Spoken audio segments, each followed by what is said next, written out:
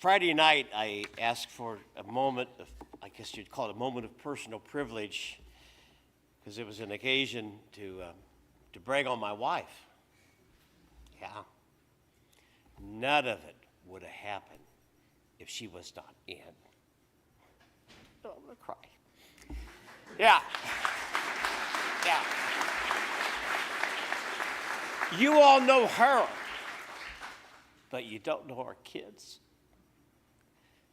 Chantel was at Lawrence University, and those first couple of years, she drove every weekend to be the song leader.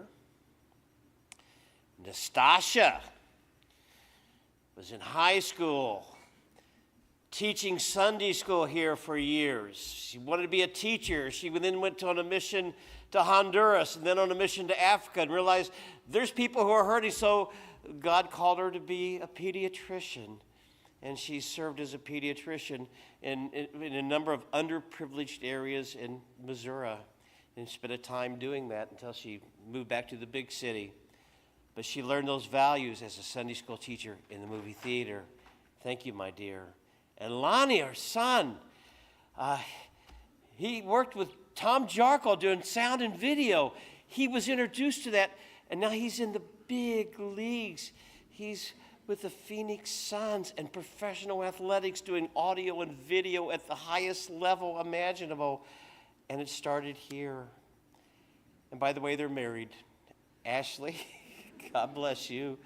And my son-in-law is unable to be here, had to stay home to take care of some dogs. But my wonderful grandson, Gavin, is here. He was baptized here. Promises was made here. Well, and that, I had to say that because you don't know them. What makes the church what it is not just today, not just this configuration. You got to realize God has some things in store you haven't even seen yet. It's not even up front yet. From generation to generation. Well, soon after this church was organized, we knew we wanted to be in Pewaukee. And the reason being, the closest congregational church west of Wauwatosa is Madison. But we also know that in this area, it's significant. It's the beginning of Lake Country. And it's also an area where there's a lot of churches. There's Hindu Temple just down the road, Hindu Temple of Wisconsin. We got Spring Creek, that was Garfield Baptist Church. They're over 150 years old. That's their third location. We've got churches everywhere, which made it a little difficult for new kids on the block. Not because churches didn't want other churches. There's only so much land. And right when this church was organized, there was an article that appeared in the Milwaukee Journal-Sentinel, and it was reporting that the Pewaukee City Council had denied a rezoning application for another church. And that congregation had been meeting here for years in a local school. They were finally able to get land. They applied to have the property zoned for church use, and their request was denied. And that congregation, they were devastated. And so then I happened to think, after reading that article, and a number of people who were at that organizing meeting said, Lonnie, did you read where we're wanting to go? Have you read the setting? And I happened to think for myself, what in the world have I gotten myself into? What are we going to do? And so, we were a new church start, just an infant. We didn't have a long history. We did not have deep roots at all in the community. We were domestic missionaries. And this is a mission station. And when churches realize they are a mission station domestically, amazing things can happen. But we had no place to call home. So I scheduled a meeting with the city planner, good old Harlan Klinkenbeer. And I asked him, I said, I want to know really, what are the prospects of being rezoned for church use? We taught our kids, N-O oftentimes just means you need to know something else, K-N-O-W, right? And that came back to haunt us as parents because we'd say no, and they said, well, you need to understand, Dad. You know, you get me? No, sometimes N-O needs to K-N-O-W. And so I asked him, what's really going on here? His answer stunned me. It was not what I expected. He said, well, Lonnie, the prospects of your property or any property you would ever get of being rezoned, it would depend on this. How big is your God? What? That was not the kind of answer I would have expected from a city bureaucrat. How big is your God? It was a very brief meeting then. I simply said, thank you.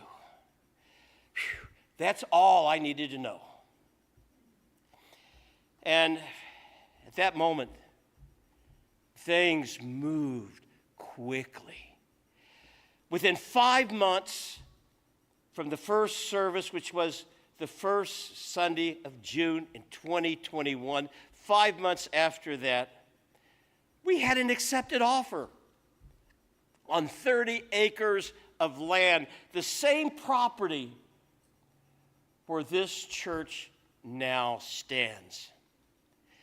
And then 3 months after that, we closed on the property. We closed it, we owned it with no contingencies. Everything as is. Clean deal, straight done. And so then right after closing, I go to meet with the city planner again.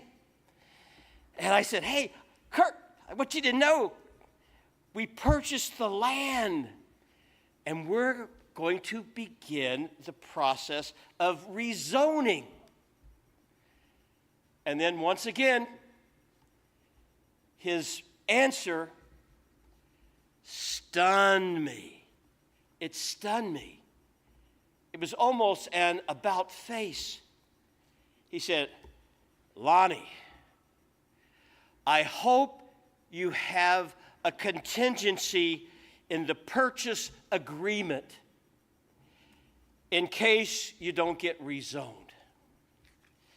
And I said, we don't have any contingencies. We're going to build a church. And then his face had real concern, like this poor kid, what's he get himself into? And then I reminded him, I said, previously, you told me that zoning depended on how big God is. We believe God is big.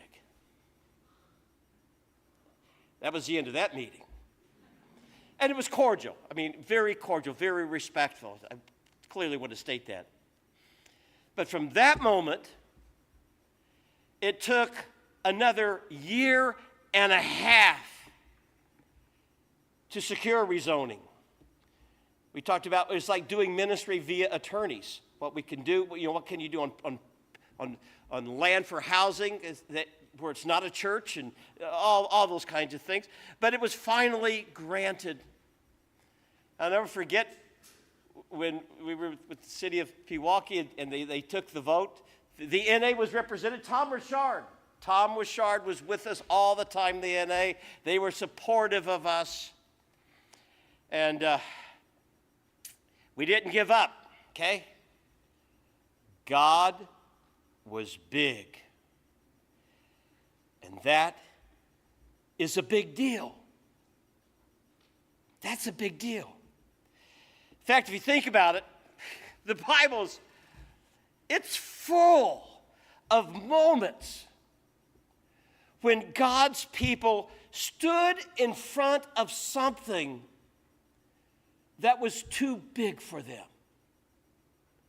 Too big for them. Abraham stood under the night sky with no child and no visible future. And God said, "Look up into the stars, so shall your offspring be." Moses stood before the Red Sea with Pharaoh's army behind him and no way forward. And God made a road through the water.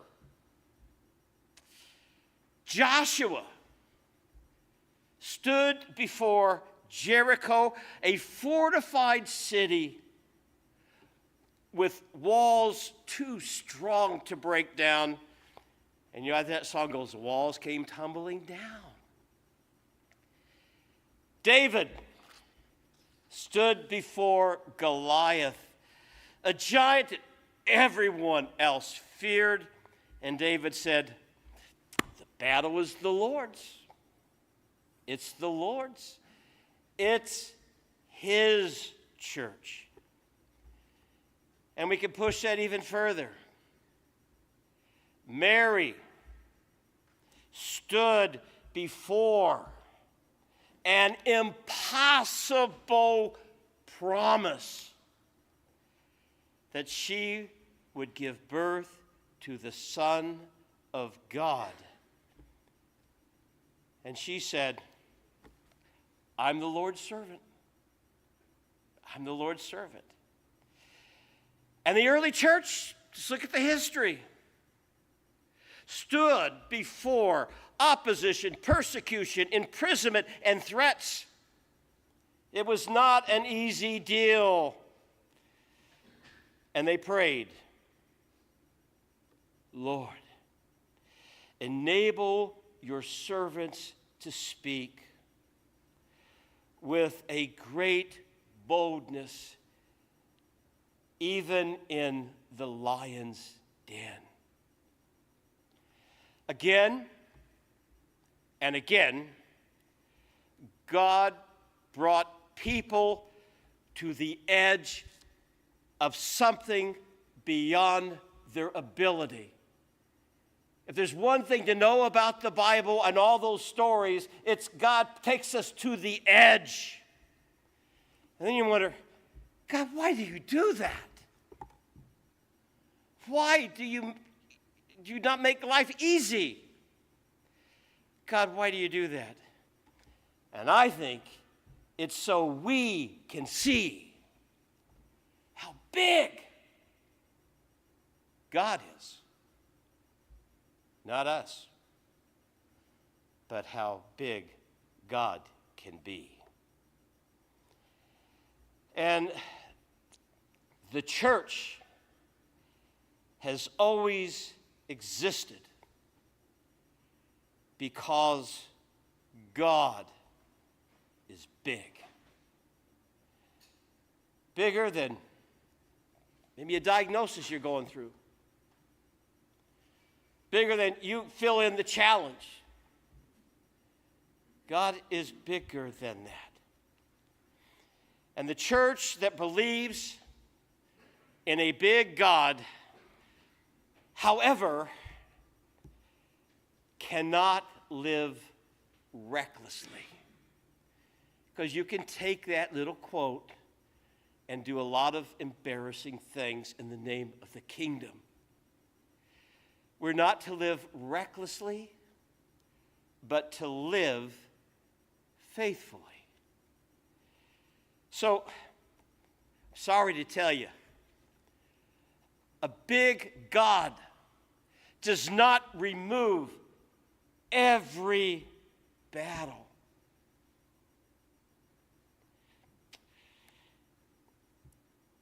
Think about it. It took another year and a half before we could really do church where we felt we needed to do it. And everyone else saying it's not going to happen. Don't tell me anything we want to do as a church can't happen. I've been through it. We're not going to stop just because we think it's impossible. How big are we going to let God be in our future? It wasn't easy. Details matter. We learn God sometimes opens the door really slow. Always slower than I would prefer, but it's not about me. Sometimes God opens that door through meetings, paperwork, waiting, prayer, conversations, setbacks, and perseverance. Sometimes the great miracle is not instant. Not instant. And sometimes the miracle is in the endurance. You will continue. You will move on. The long haul, I call it the long haul of faith and hope and love. Are you in it for the long haul? In our age of instant, quick gratification? It's interesting. The Israelites did not leave Egypt and arrive in the promised land the next afternoon. Are you ready for a 40-year to realize God's blessing, God's promise? Joseph, he had this dream from God, but before he was able to see the dream fulfilled, he went through a pit, slavery, false accusations, and prison. The disciples, they obeyed Jesus. They got into the boat with Jesus. And they found themselves in a storm. Sometimes we were right with Jesus, and there's going to be the storm. And there's those times when it's right to get out of the boat. Well, here's one thing I ask you, your pastor, to take with you into the future. Okay? I know it's been a long morning, and we're not done yet. We got great blessings. But there's one thing, one simple thing to take with you, and it's 4 simple words, and I want to encourage you to just make that your mantra. Rivet this in your mind. God is still big. Okay? Do you believe that? God is still big. The same God who opened doors 25 years ago is still at work in us today. The same God who provided land is still providing grace. The same God who carried this church through uncertainty is still carrying the church into the future. The same God who was faithful then is faithful now. So today, it's a milestone. It's a milestone, it's a touchstone, but it's not the finish line. It's not. An anniversary is not just a time to look backwards, it is a time to ask, Lord, what do you want to do next? What do you want to be about? What would you like to do next? And then we get around that, not our lame excuses. I'm sorry. We get behind a God who is big. Because the reality is, someone before we were here, they prayed. They prayed before we arrived. Someone gave before we benefited. Someone believed God before they could see the proof. Someone looked at an empty piece of land and saw a place where lives could be changed. Some people believed God was big. Now it's our turn. It's our turn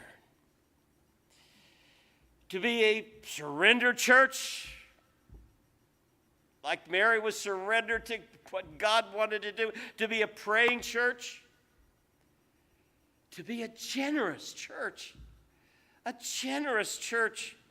courageous church, and a church that refuses to say, we can't. Oh my God, don't say that. When God says, we can, I can't, but with God, we can. I like that sign that says, Lord, fill my mouth with good stuff and nudge me when I've said enough. I've said enough. Please stand. I'd like for us to pray together. Father, we thank you for the faithfulness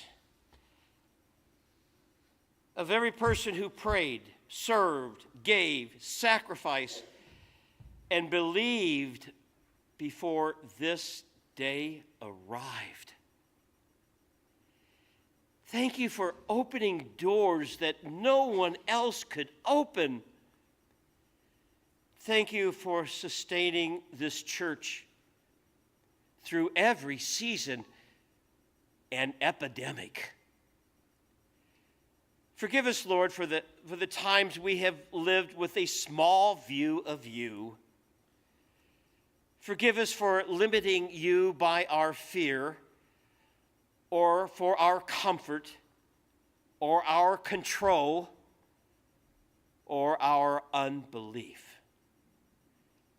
Lord, today we surrender this church to you again. Our future belongs to you. Our mission belongs to you. Our lives belong to you. And make this a church that really believes that you are able to do immeasurably more than all we ask or imagine. And may the next chapter of this church bring even greater glory to Jesus. Here we are, Lord.